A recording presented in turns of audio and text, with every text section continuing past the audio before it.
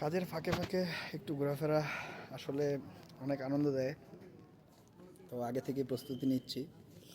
আসলে এই প্রবাস জীবনের সকল কষ্টগুলো তখনই সুখে রূপ নেয় যখন পরিবারের মানুষগুলো খুব ভালো থাকে, হাসি খুশি থাকে।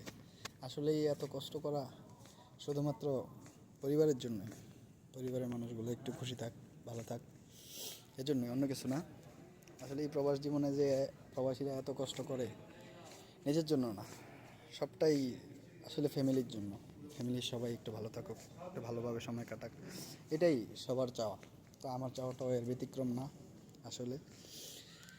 তো কাজের ফাঁকে ফাঁকে একটু ঘোরাফেরার চেষ্টা করি, আসলে মনটা একদম রিফ্রেশ হয়ে যায়। ঘোরাফেরা করলে মজাটাই আলাদা ঘোরাফেরার মাঝখানে। আসলে যারা কাজ, খাওয়া দাওয়ার, ঘুমের বাইরে কোনো কিছু যাদের নাই, তাদের জন্য বিদেশটা হচ্ছে একদম একটা বোরিং লাইফ। তা আমি সেই বোরিং লাইফের মধ্যে থাকতে চাই না। ঠিক আছে, আমার কথা হচ্ছে কাজ করব, খাবো দাবো, ঘুমাবো, চিল করব, সুযোগ পেলে অবসর সময় ঘোরাফেরা করব, মজা মাস্তি করব, বন্ধুবান্ধব আছে, আড্ডা ফাড্ডা দিব। এটার মধ্যেই আমার আনন্দ নিহিত। আমার ভালো লাগে।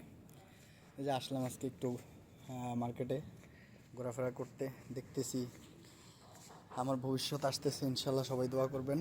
তো তার জন্য আগাম প্রস্তুতি।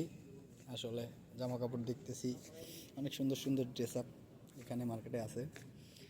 তো ইনশাল্লাহ এগুলো কিনবো, কিনে বস্তা ভরে বাংলাদেশ পাঠাবো।